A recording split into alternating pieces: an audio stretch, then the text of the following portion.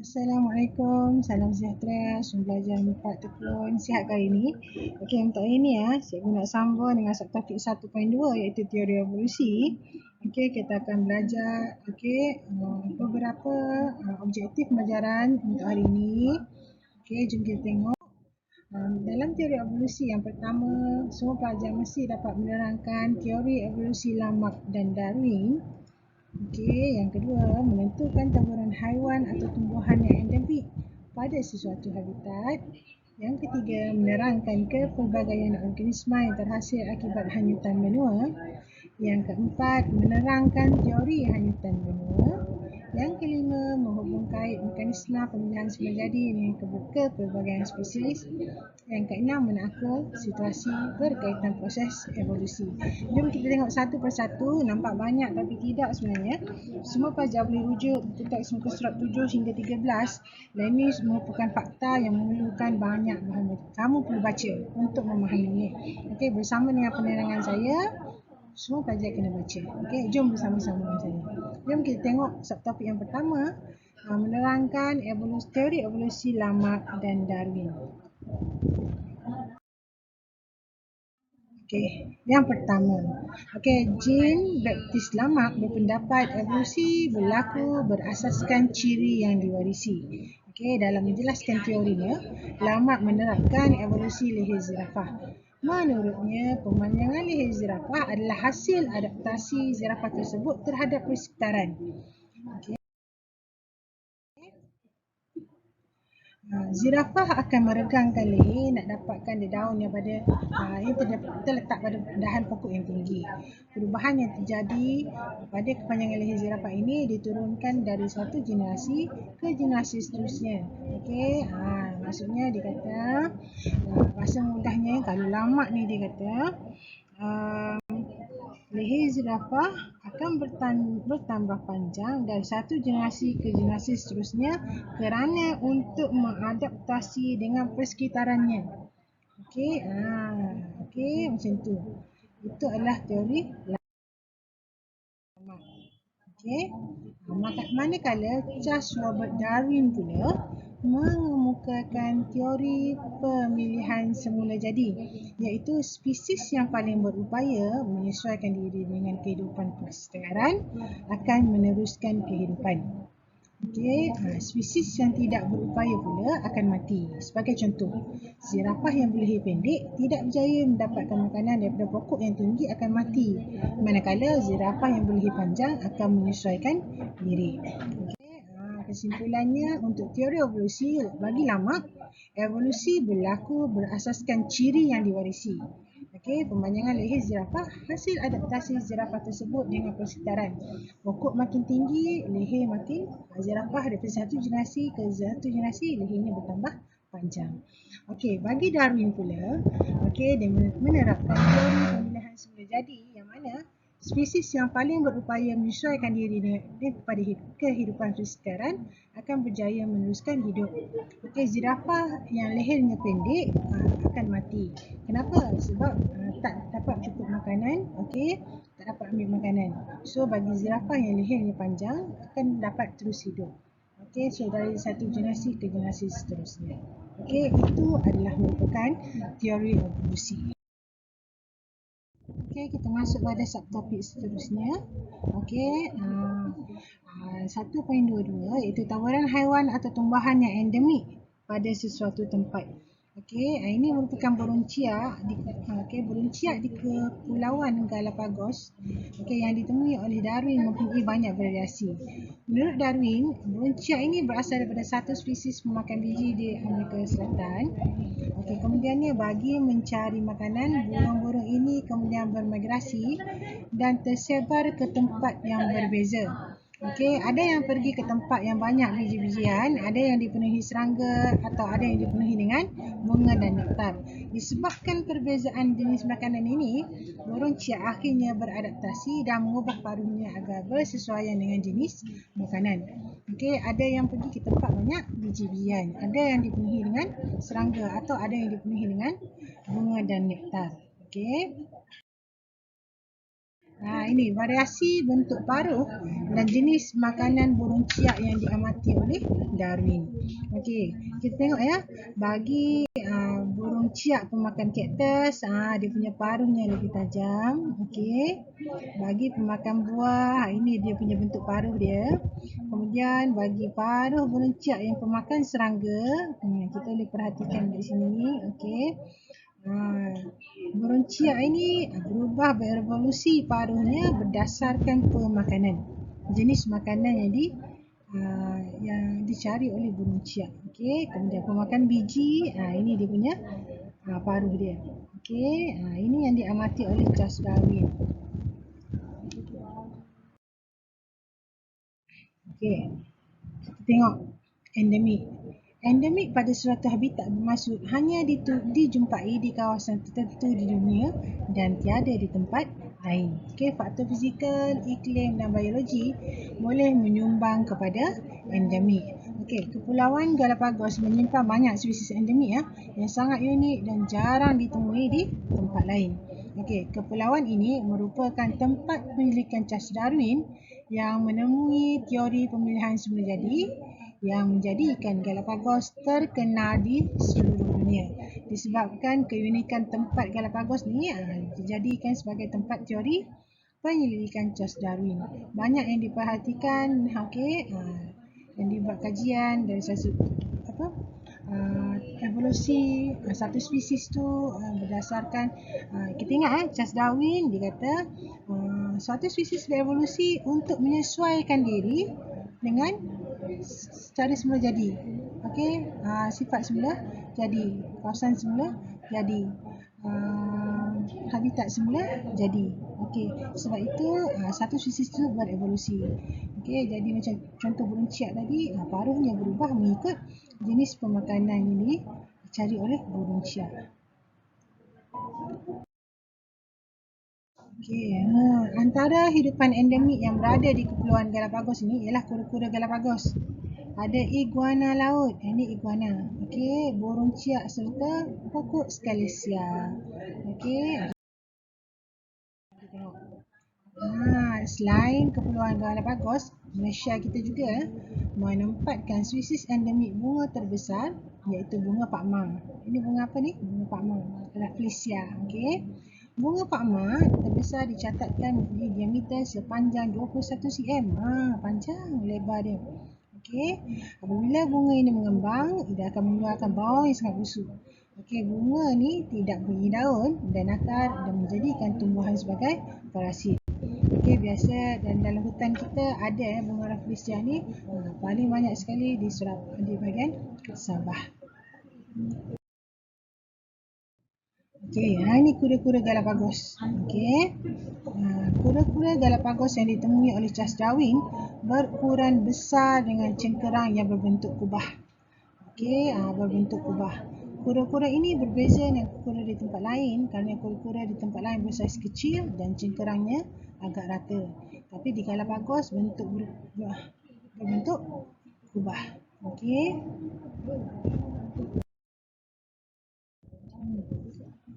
Kita masuk pada subtopik 1.23, okey, kepelbagaian organisma yang terhasil akibat hanyutan benua. Okey. Bumi kita mengalami banyak perubahan kawasan tanah ya.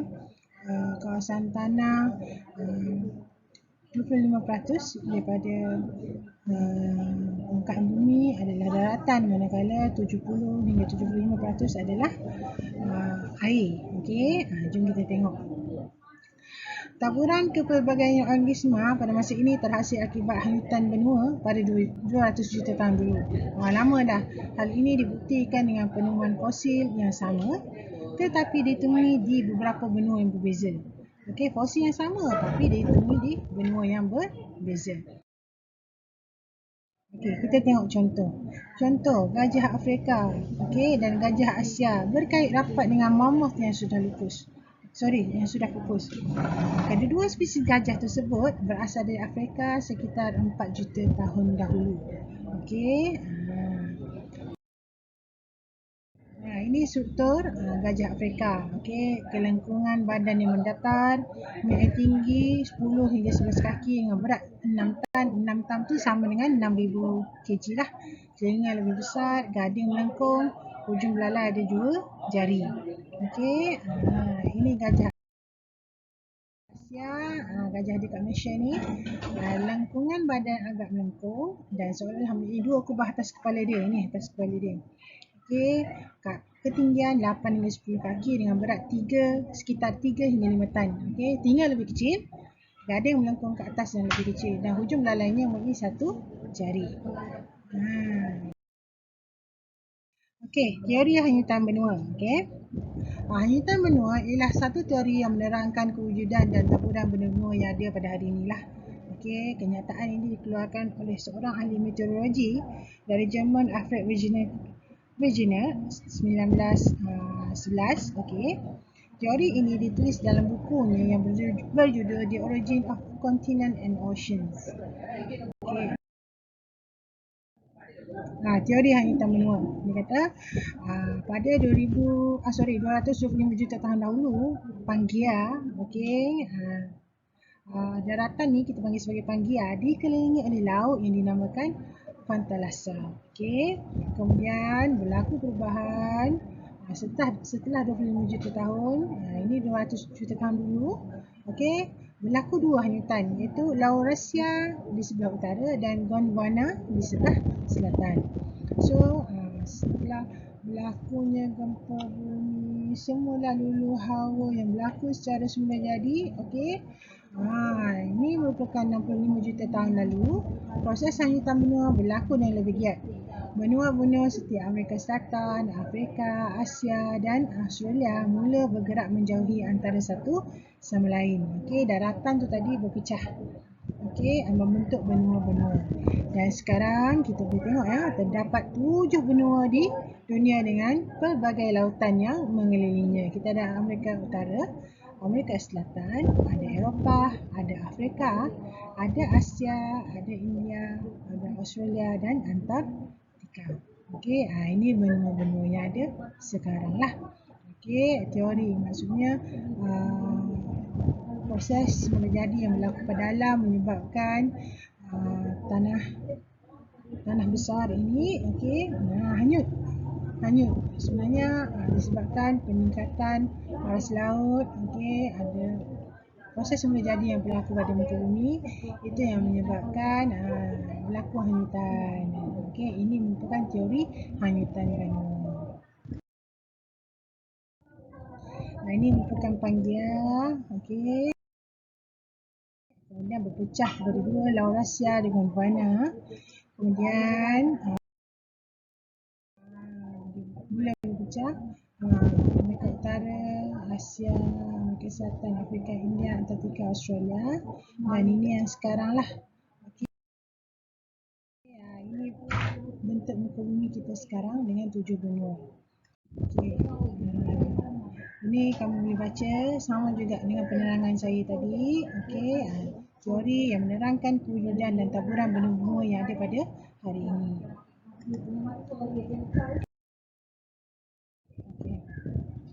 Okey.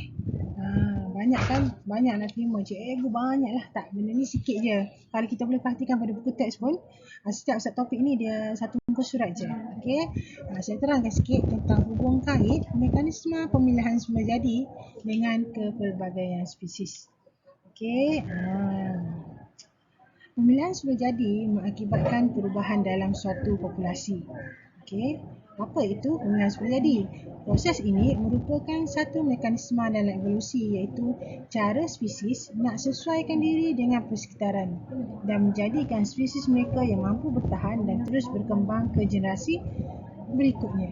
Okey, maksudnya cara sesuatu spesies itu bertahan, adaptasi dengan alam semula jadi supaya spesiesnya, kemandirian spesiesnya dapat diteruskan. Okey, proses pemilihan semula jadi bermula dengan individu yang mempunyai gen bagi menghasilkan ciri-ciri yang memberikan kelebihan demi kelangsungan hidup dalam terhadap persekitaran. Okey. Ini adalah hubung kait. Siapa yang paling kuat akan dapat survive. Itu maksudnya. Jadi perubahan berlakunya evolusi.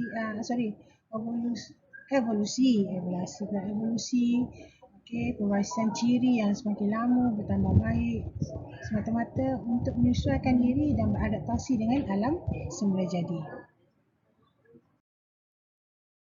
Jom kita tengok variasi. Variasi bermaksud kepelbagaian. Okey, jom tengok. Variasi terdapat dua corak warna antara dua kupu-kupu Biston betullaria. Okey, satu warna hitam, ada tompok putih sikit-sikit, satu lagi warna putih, tompok hitam. Okey. Revolusi industri. Okey. Revolusi perindustrian di United Kingdom pada 1950 hingga 1850 menyebabkan banyak asap jelaga dikeluarkan. Pokok-pokok menjadi hitam. Okey, pokok-pokok jadi hitam. Ni disebabkan asap dan jelaga. Okay. Mengadaptasi. Okey, kupu-kupu berwarna gelap mampu bertahan dan membiak lebih banyak berbanding kupu-kupu warna cerah untuk mewariskan gen mereka kepada generasi berikutnya. Okey, kenapa? Sebab kupu-kupu yang warna cerah ini akan menjadi makanan, okey, bagi serangga, akan jadi mangsa bagi apa mangsanya. Okey, kemudian pemilihan. Okey. Pemilihan. Selepas beberapa generasi terdapat perubahan frekuensi alel iaitu kupu-kupu berwarna gelap lebih banyak berbanding kupu-kupu yang berwarna cerah disebabkan untuk dia nak survive untuk survive dalam habitat semula jadi, okey, untuk mewarisi ciri-ciri dari satu populasi ke satu populasi seterusnya.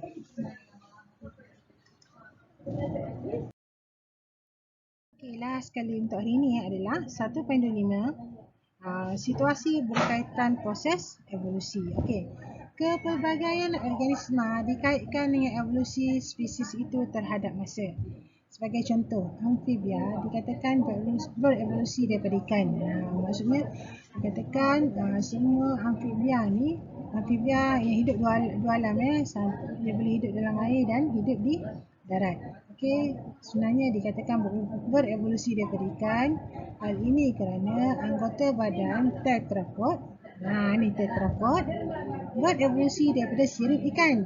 Dikatakan berasalnya daripada sirip ikan. Okey. Selain itu juga, reptilia juga dikatakan berevolusi daripada amfibia. Hal ini demikian kerana persamaan pada tulang anggota pergerakan ikan dan kerana persamaan pada tulang anggota pergerakan ikan, amfibia dan reptilia. Okey. Namun, teori ini sering diperdebatkan dan masih menjadi kontroversi sehingga sekarang. Apapun kita, ini merupakan teori sains lah. Apa-apa pun kita balik pada agama, okey. Kita berterima dan belajar, tapi jangan melangkaui hukum akal fikiran kita. Okey. Kemudian tengok contoh. Ini ikan Ikan ada sirip, humerus dan ulna dan serta radius. Okey. Kemudiannya daripada ikan tu tadi, kata reptilia dan amfibia berubah daripada ikan kan. Kemudian daripada itu, humerusnya membentuk radius ulna membentuk tulang kaki. Okey. Kemudian daripada sirip tu tadi perubahan pada radius humerus dan ulnanya. Okey, membentuk kaki yang lengkap beserta jari. Okey, ini merupakan perbandingan anggota pergerakan ikan, amfibia dan reptilia. Okey, inilah yang dikatakan dengan proses evolusi. Ingat semua teori. Hari ini kita belajar tentang teori Lamarck dan teori Darwin. Lamarck dia mengatakan ciri diwarisi dari satu generasi ke generasi seterusnya. Manakala Darwin pula spesies yang boleh survive, mampu survive, mampu beradaptasi dengan kehidupan semula jadi akan dapat hidup dari satu generasi ke generasi seterusnya. Kemudian kita dah belajar tentang taburan haiwan atau tumbuhan yang endemik pada sesuatu habitat. Endemik bermaksud hanya dijumpai di kawasan tertentu di dunia dan tiada tempat lain. Kemudian kita belajar tentang kepelbagaian organisma yang terbentuk akibat hanyutan benua. Tadi benua kita satu panggian, dataran tanah yang besar akhirnya akan terhanyut. Benua terbentuk. Kenapa? Teorinya dikatakan hanyut. Daripada satu tanah besar Pangaea tu hinggalah tujuh benua sekarang. Itu pembuktiannya adalah dengan organisma yang sama spesies tapi dijumpai di benua-benua yang berasingan. Last sekali, hubung kait mekanisme pemilihan semula jadi dengan kepelbagaian spesies. Kita ada perubahan ciri itu, yang pertama variasi, kemudiannya revolusi industri, yang ketiga adaptasi dan pemilihan. Kemudiannya last sekali inilah situasi berkaitan proses evolusi. So saya harap semua pelajar baca dulu, cuba fahamkan jalan cerita ni. Ini merupakan bahan bacaan dan teori. So saya harap semua dapat jika seandainya ada soalan yang tak faham, boleh rujuk saya, boleh tanya. Bye. Assalamualaikum. Salam sejahtera.